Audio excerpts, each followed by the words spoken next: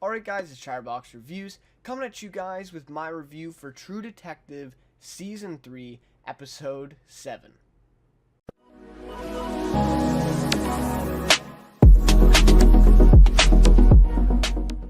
Alright, so just got done watching tonight's episode, True Detective. You know what? I thought it was a very good second last episode in the series. To me, this was one of those bridge episodes, that I like to categorize it as that, where they kind of bring you from the last episode where it left off. They fill in a few things, and then ultimately bridge the gap until a huge payoff episode where they're actually going to reveal or pay off what happened in episode 6 in this case. So that's what I think is going on here. Although we did get quite a few reveals in this episode, quite a few big things. Of course, the whole thing about Harris James and the One-Eyed Man. Those were kind of the two big focuses of this episode. One of them was resolved, one of them wasn't.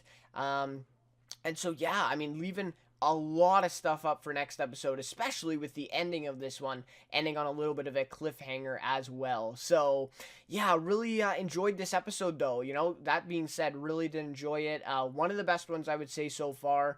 Better than episode 5 and 6, in my opinion. So, maybe the second best, third best episode of the season, to me. So, anyways, of course, really look forward to the finale.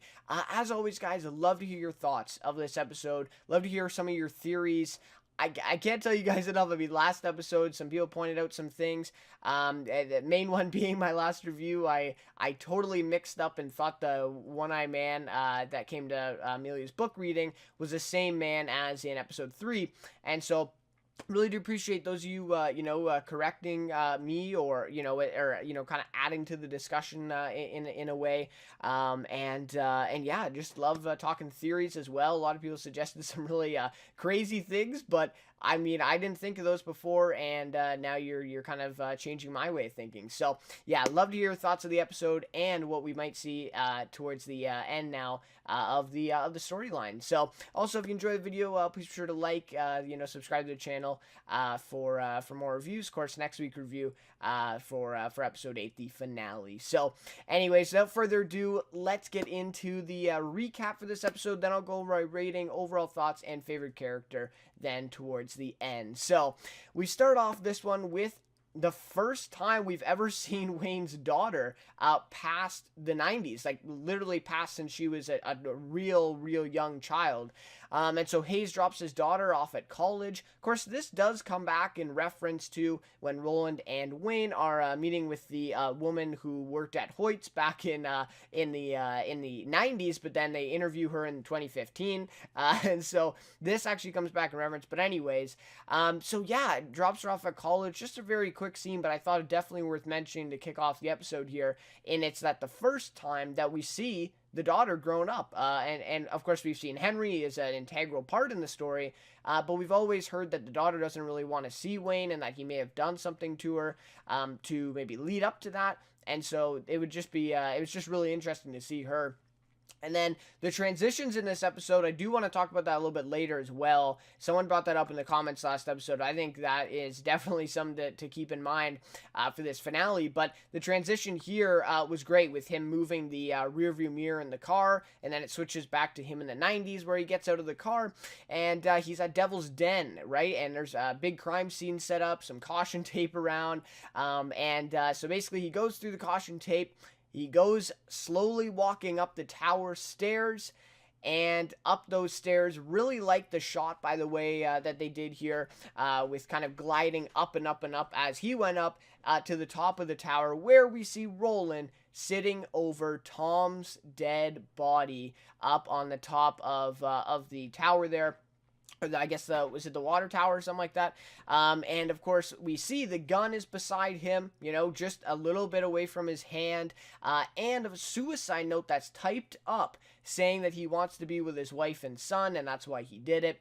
Of course we know that is probably not what happened, right? It was made to look that way, and it looks awfully convenient too. It looks almost perfect of a situation where he left a note, a gun's right by his hand, and all this stuff. And obviously, he did get shot in the side of the head, so it does look authentic. At the time there.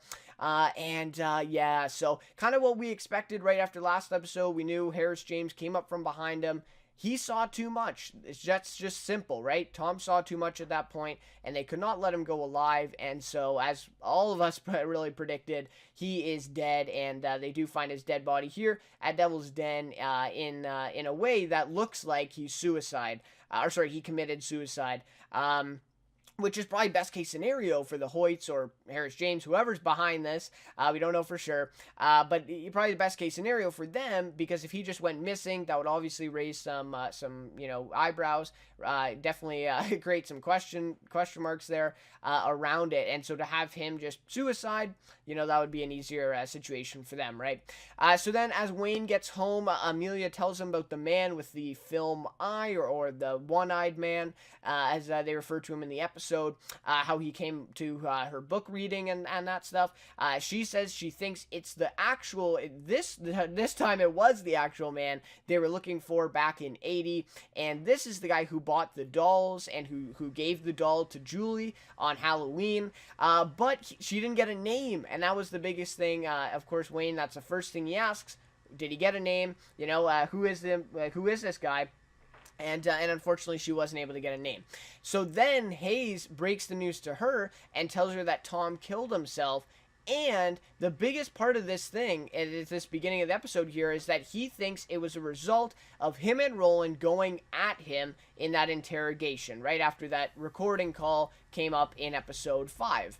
And so it's, at this point, I didn't know that they were going to blame themselves, but at this point, it's kind of like Wayne admitting to it.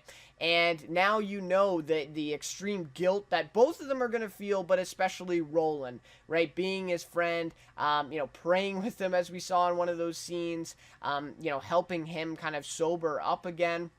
And, obviously for Roland then to feel that guilt, that would just be a profound amount of guilt for Roland, and of course that comes back a little bit later. But of course, as we know, that's not what actually happened. It probably wasn't. And maybe they contributed to him wanting to go and discover and look at this mansion at Hoyt's. Maybe that also pushed him to almost killing Dan, or did he kill Dan right in that scene? But it did not push him to kill himself, as he did not, as we all, as it's pretty obvious to all of us, right?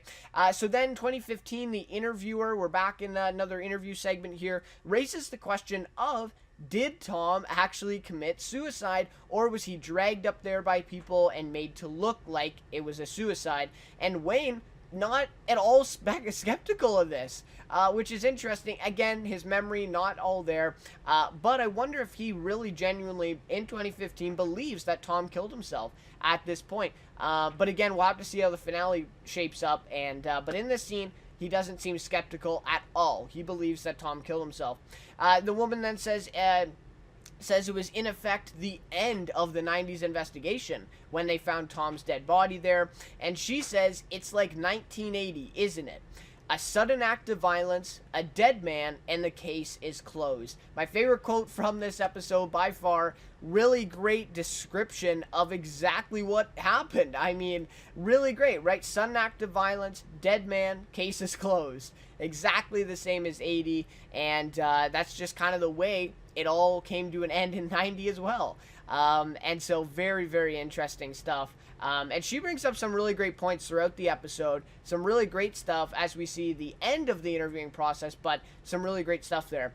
So then we go back to the 90s, and Roland, at this point, we see that he's taking responsibility. If you could, but he's in effect blaming himself, right? You're not responsible technically for someone's suicide, but in this case, he's blaming himself for what Tom did and that he killed himself. And Roland says, we did that. So, again, just really blaming himself here. Wayne telling Roland that they have to keep going after this, right? They can't, just let Tom die. Like the interview just said, right? Right before this scene and the way they transition it, the interviewer just said, and the case is closed. And Wayne doesn't want that to happen this time. And so Roland then starts insulting Wayne a little bit, saying he only brought him on as a favor, that he's not the best detective for the job, and all this stuff. Ultimately, just kind of taking it out on him, right? But I did really love this scene in the acting that was presented. Stephen Dorff is doing an amazing job. I feel like he's going to get overshadowed at the end of the day by Mahershala Ali, but he really deserves a lot of credit. And of course, but Wayne, persistent, right? He says, Roland, we need to keep going, right? That's what we need to do. This time, after Tom is dead, Woodard was dead the first time, we gave up. This time Tom's dead, we need to keep going, and we need to find out who really did the crime, right? Because they both agree that Tom did not do it at this point. So Roland's still not having it, right? Still not having it, and obviously in a pretty bad place right now, with a lot of guilt, anger maybe, and probably very disappointed that he's now lost a friend. I think he really did see Tom as a friend, right?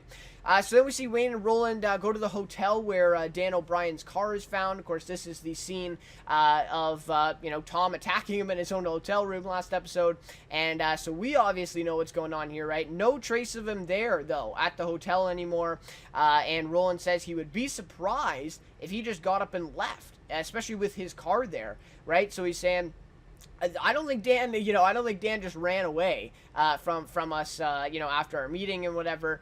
I think something happened, someone took him or something. He doesn't think that he ran away. And so then Roland says they lost him, right? We lost him. And of course, again, as Roland states here, the one man who could possibly exonerate Tom, he also had some compelling evidence, basically going against the narrative that they were trying to establish in the AG's office, and all the police department really, and now he's gone. They missed him, right? And they lost him. So that's a big thing there too. I did really catch this very quick shot. Someone pointed this out with a shot last episode, and I had to rewatch it to see it, so I'm not missing it this time. But the two look out to the lake that's located right behind the hotel property, it looks like. And I don't think that shot was an accident, because it was so kind of subtle, but it was also really kind of obvious the way they panned out to the lake, and then they both look to the lake. So I wonder, is that where they found Dan O'Brien's body? Of course, we know that he was found at the bottom of a quarry, right, when it was drained or something. So maybe is that where his body is? And my question, did Tom kill him, or who killed him? And so that's interesting too. I don't think Tom killed him, but that's maybe what we're led to believe at this point. So we'll have to see. But I don't think that last shot was an accident for sure. So then we get a little bit of 2015 here with the interviewing woman, and basically the end of the interviewing, right?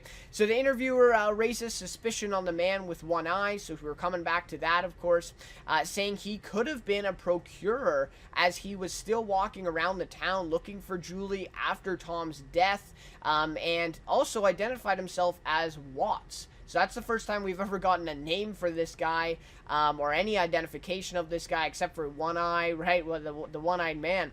And so this was interesting too, in that he's, still looking for Julie after Tom's death, and he was really the only one, including the police even at this point, who kind of gave up on the case, in effect, as they found Tom's dead body. And so, very interesting stuff, right? Again, coming back to this one-eyed man story that still wasn't wrapped up in this episode. So yeah. And then I really love this Easter egg. So she shows Wayne some symbols on her laptop and some articles and stuff, and then ends up coming back to a news article or a newspaper article of this one case where they busted a child sex ring or a child trafficking ring or group. It looks like, or as she says, right? And, of course, the newspaper article is a picture of Woody Harrelson and Matthew McConaughey, detectives, back from season 1. So that was just a really awesome Easter egg. I can't remember if they did something like that in season 2. If they did, that would have been cool too, but it was really awesome to see a reference back to season 1, because, of course, at the end of the day, this is an anthology. But now that they're doing that, maybe that does mean that it's all kind of located in the same universe. But anyways, I thought that was definitely worth pointing out. That was pretty awesome. So then Wayne demands an explanation of the woman as to what she believes or what she thought actually happened, right? Because she's been asking him this whole time, and kind of raising suspicion, raising details. He wants to know what she thinks. So she thinks that one or both of her parents sold her off to a child trafficking group with the cousin's help, Dan O'Brien, right? And then she says that's why they're all gone, right? That would make sense, right? She says none of them have any. Oh yeah, and then she says none of these, child, trafficking cases ever get a wider investigation, and the other cases have also in the past implicated politicians and wealthy businessmen in the area or involved in that case, right? And so she says the people with the power to make these things go away. That's going to definitely come back, I think, in next episode. I felt like that, again, was a very impactful line from her. She asked him how he didn't see any hints of this happening as he was transferred in 80, and then he left the department in 90, right? And those are, like, two big things. In 80, he briefly questioned the AG, it looked like, in that last scene that we saw. And then he ended up on the desk, right? And he was never out again. 90, he came back. And then he left the force. So, she's asking, how have you not, figured this out, that something is afoot here and that the higher-ups have done something here, right? Were you never suspicious, I think she says. So he doesn't play along at this point. All he says is that there's no certainty in policing or something like that, very vague answer, and doesn't really help her out here. And so then the woman says that she's disappointed as she expected Wayne to give her something more, and that his, reputation was that he wouldn't go along with the narrative that the higher-ups have established, and that she thought he might be the only guy who could maybe shed some light on, I wouldn't say a conspiracy of the case, but maybe the truth, if she, as she believes to be the case, right? And then he says, he finally admits to her now, after, 4 or 5 interviews, that my whole brain is a bunch of missing pieces. I don't have any answers for you, miss. And he says, I'm tired of walking through the graveyard. The story is over for me. So he finally admits that his mind isn't all there, although she probably expected it by now. But he, finally kind of formally announces it to her, saying that his mind isn't all there and that this whole process is a kind of a waste of time because he doesn't really have many answers for her at this point. And he kind of gives up on it as well, in that he was getting something out of it too. Don't forget that. And so now he's kind of given up on that. Really like the quote here, I'm tired of walking through the graveyard. That was also one of my favorite quotes of this episode. So then we see Amelia. So she was doing a little bit of investigating on her own in this episode. The one scene that I thought was noteworthy was that she goes to, and a key here is that she's investigating without Wayne. Right? Kind of not telling him either. Not telling him everything yet. So, anyway, so she goes to a bar here in this scene where Lucy used to work, I suppose. And then the owner, as she's talking to him, says that he saw Dan talking to the black man with one eye, right? Or Watts, I guess we could call him at this point, or Mr. June if you want. That she was basically describing him. And the owner says, yeah, I saw him talking to Dan O'Brien. So interesting there, and then we get a little bit of a kind of an eerie little scene there where she doesn't see the kids in the car and they're just laying down in the car in the back seat. And that's a perfect example of what that town probably went through after Julie and Will went missing. And that's probably how it was for years after. I mean, maybe even into the 2015 time frame. And yeah, so that was great too. So then Wayne gets phone records, and this is the big turning point in this episode, and possibly the big turning point in the entire 90s investigation at this point. So he gets phone records from this officer that he requested. Then he goes over to Roland's house there to fill him in after hours of digging, after he's found something big. I think in the doorway he says, I figured it all out, right? Or something like that, or I know it all. Anyway, so he finds that Harris James, right? So Harris James, a big key in all of this. Harris James flew to Vegas the night before Lucy died and came back the day after.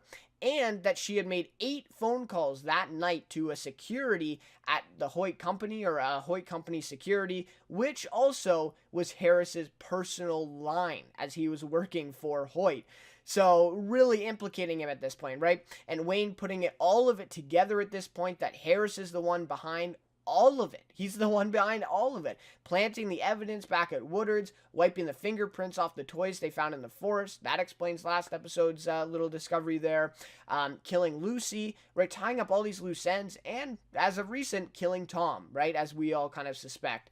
And so he's putting everything together here at this point, which is great to see, because we kind of already knew some of this stuff, right? And so then Roland says, so what do you think we can do with this, Wayne, right? He says, really good job on this, but what are we going to do? Again, being the realistic one. And then Wayne says, we can go and ask him what the fuck he was doing in Vegas. Good question, right? I mean, that's a question that he can't really answer to, right? Or at least honestly answer to. Why was he there the night before and gone the day after Lucy's death, right?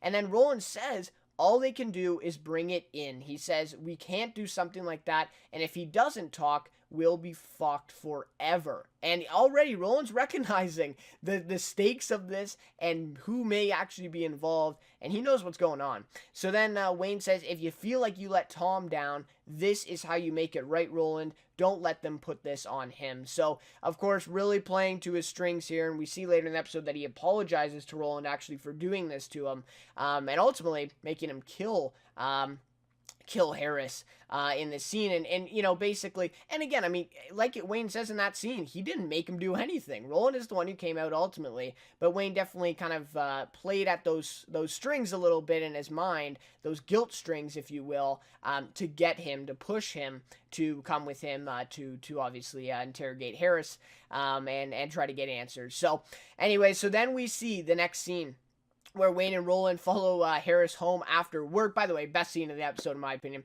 So they follow him home after work. They pull him over at the side of the road, right? Do a traffic stop. And he says, everything all right? You got a dark look, Lieutenant. And Harris says, yeah, you're right. Roland does have a dark look in that scene. Yeah, for sure, right? They're kind of onto him, right? And he kind of knows that too at this point. So then Wayne then comes in on the other side of the car, pressuring Harris to get out, right? And then Roland just eventually just tugs him out of the car, just pulls him out down onto the road there.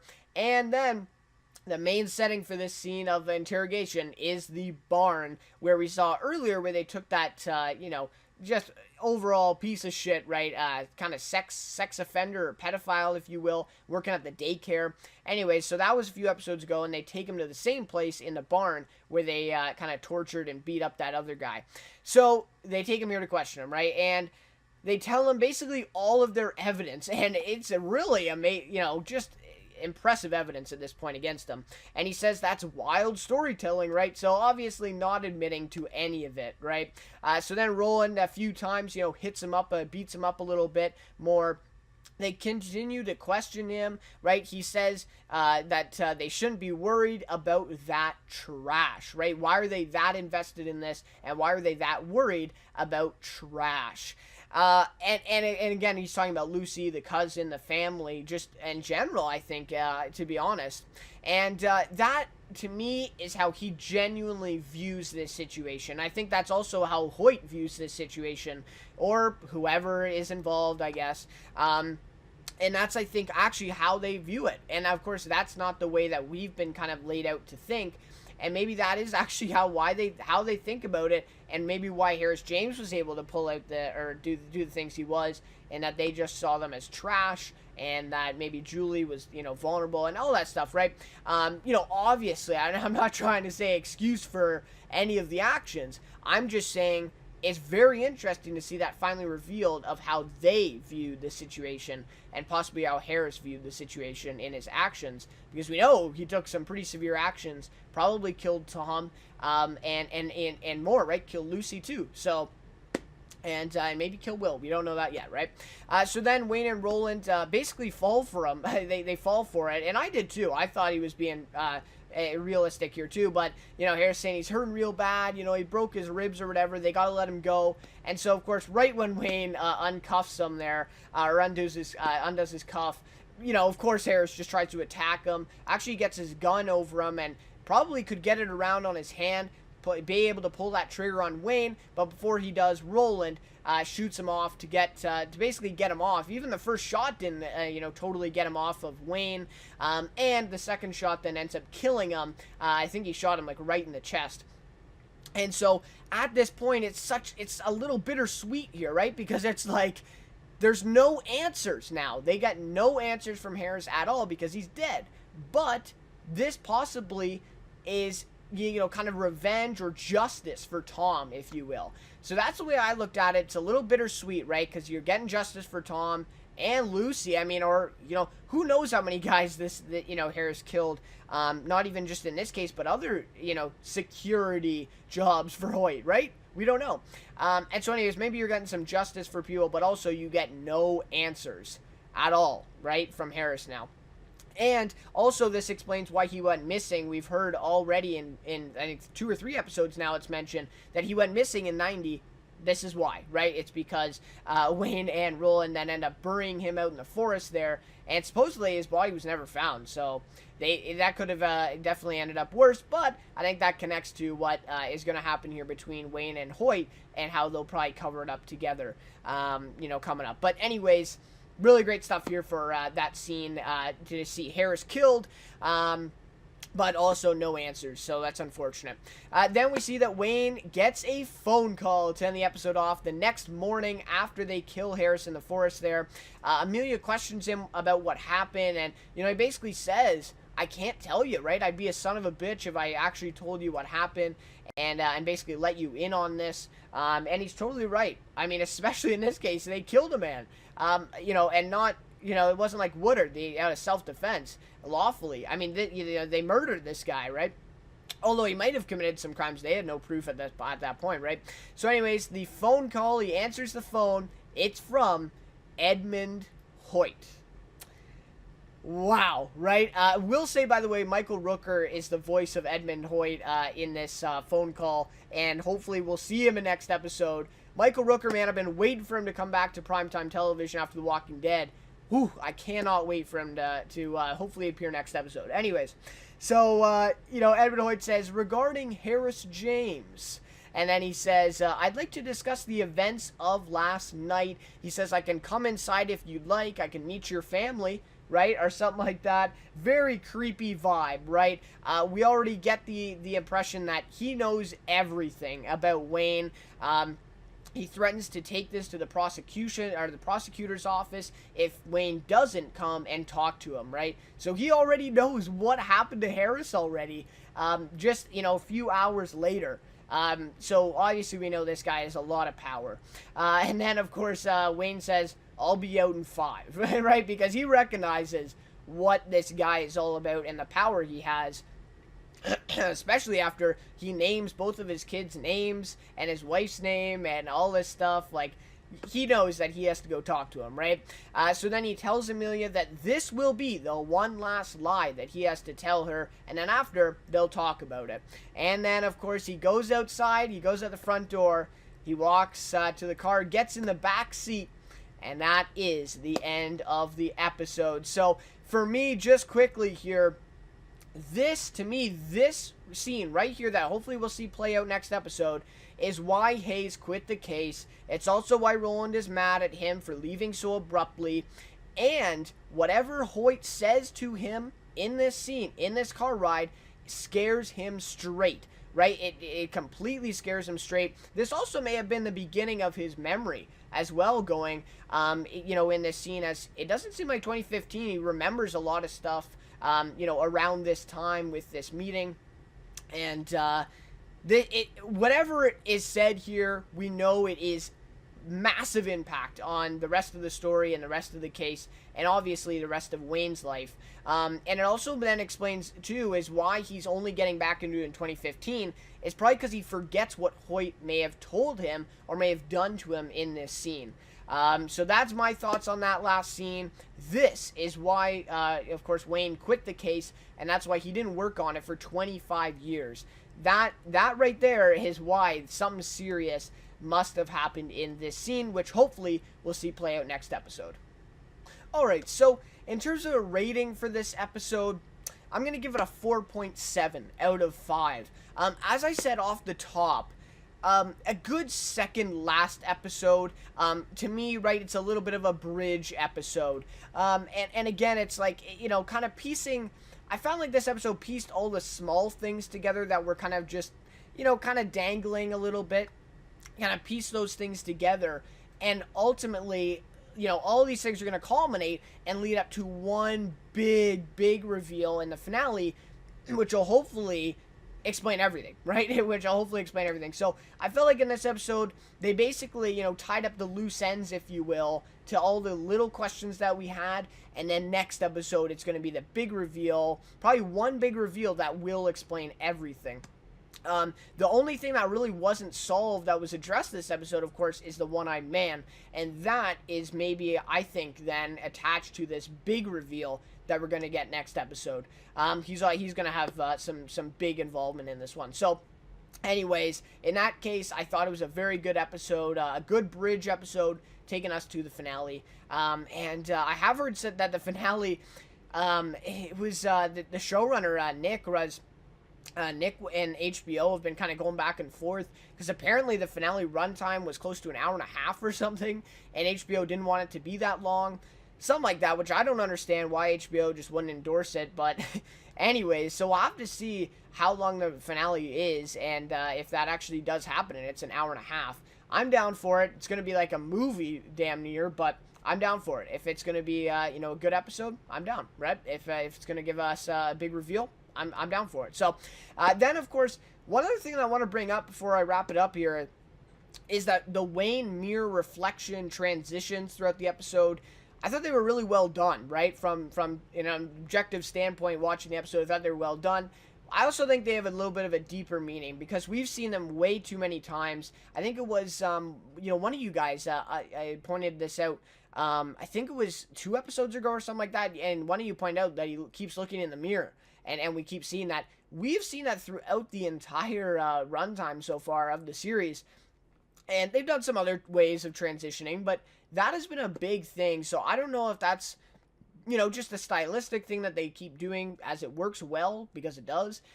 But I'm wondering maybe if that is going to come back in a little bit of a reveal as well. Obviously, maybe something to do with time, right? How the timelines are connected, or maybe in Wayne's mind, how they really are just kind of linear. And that's a big concept that people are kind of speculating on right now. And I think that mirror thing actually adds some substance to that speculation.